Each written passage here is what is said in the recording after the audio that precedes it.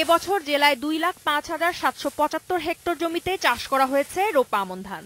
লক্ষ্যমাত্রার চেয়ে অতিরিক্ত 2 লাখ মেট্রিক টন ধান উৎপাদন হয়েছে। গত বছরের চেয়ে ফলন প্রতি বিঘাতে 2 থেকে 3 মণ বেশি হওয়ায় খুশি কৃষকরা।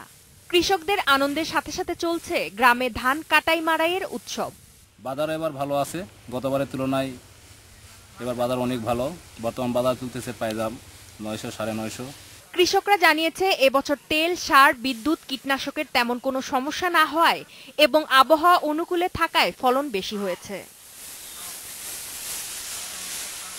জেলার হাটবাজারে এবছর রোপা আমন ধানের দামও ভালো। গত বছরের চেয়ে প্রতি মণে দাম 1 থেকে 150 টাকা বেশি। আমার জমিতে 20-22 মণ হারে ধান হয়েছে। বাজার মোটামুটি ভালো আছে, গতবারের চেয়ে এবার ভালো পাইছি।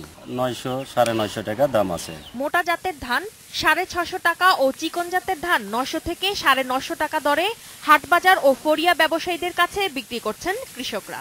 ছিল 750 800, উনিকে আমরা হাটত লিয়া গেছিলাম, ব্যাপারে লিছিল না। এবছর কাটাই ধরেন 870-80 পর্যন্ত বাজার চলতেছে। প্রতিরোধমূলক ব্যবস্থা নেয় ও কৃষকদের সচেতন করায় ফলন বেশি হয়েছে বলে মনে করেন উপজেলা কৃষি কর্মকর্তা। কৃষক ভাইদের আগাম বলে দিচ্ছে যে যে ওষুধগুলো স্প্রে করলে এটি না হয় সেটি বলে দিচ্ছে এবং কৃষকদের সাথে সার্বিক সহযোগিতা থাকছে। তবে কারেন্ট পোকার আক্রমণে না পড়লে ধানের ফলন আরো বেশি হতো বলে মনে করছেন কৃষকরা। কিন্তু কারেন্ট পোকার জন্য এবছর ধানে একটু কম হয়েছে। সুলতানা খান, ইন্ডিপেন্ডেন্ট নিউজ।